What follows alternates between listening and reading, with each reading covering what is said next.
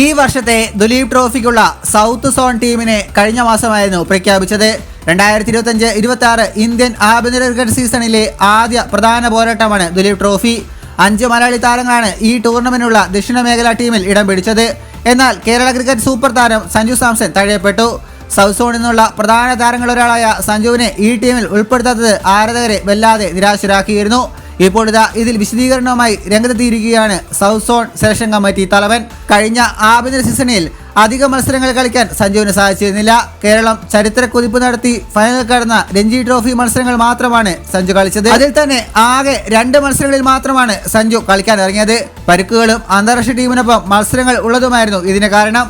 ആഭ്യന്തര മത്സരങ്ങളിലെ പങ്കാളിത്തത്തിൽ കുറവ് വന്നതാണ് സൗത്ത് സോൺ ടീമിലേക്കും താരത്തെ പരിഗണിക്കാതിരുന്നതിന് കാരണം. തിലക് വർമ്മയാണ് ദുലീപ് ട്രോഫിയിൽ സൗത്ത് സോൺ ടീമിനെ നയിക്കുന്നത്. കഴിഞ്ഞ രഞ്ജി ട്രോഫി സീസണിൽ കേരളത്തിനായി കിടിലൻ പ്രകടനം കാഴ്ചവെച്ച 5 താരങ്ങളാണ് ടീമിലുള്ളത്. മലയാളി വിക്കറ്റ് കീപ്പർ മുഹമ്മദ് അസറുദ്ദീനാണ് ടീമിന്റെ ഉപനായകൻ.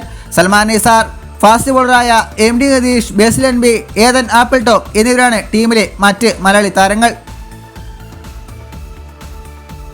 ഇതുപോലുള്ള പുതിയ വാർത്തകൾക്കായി ചാനൽ ഇപ്പോൾ തന്നെ മറക്കാതെ സബ്സ്ക്രൈബ് ചെയ്ത് വയ്ക്കുക.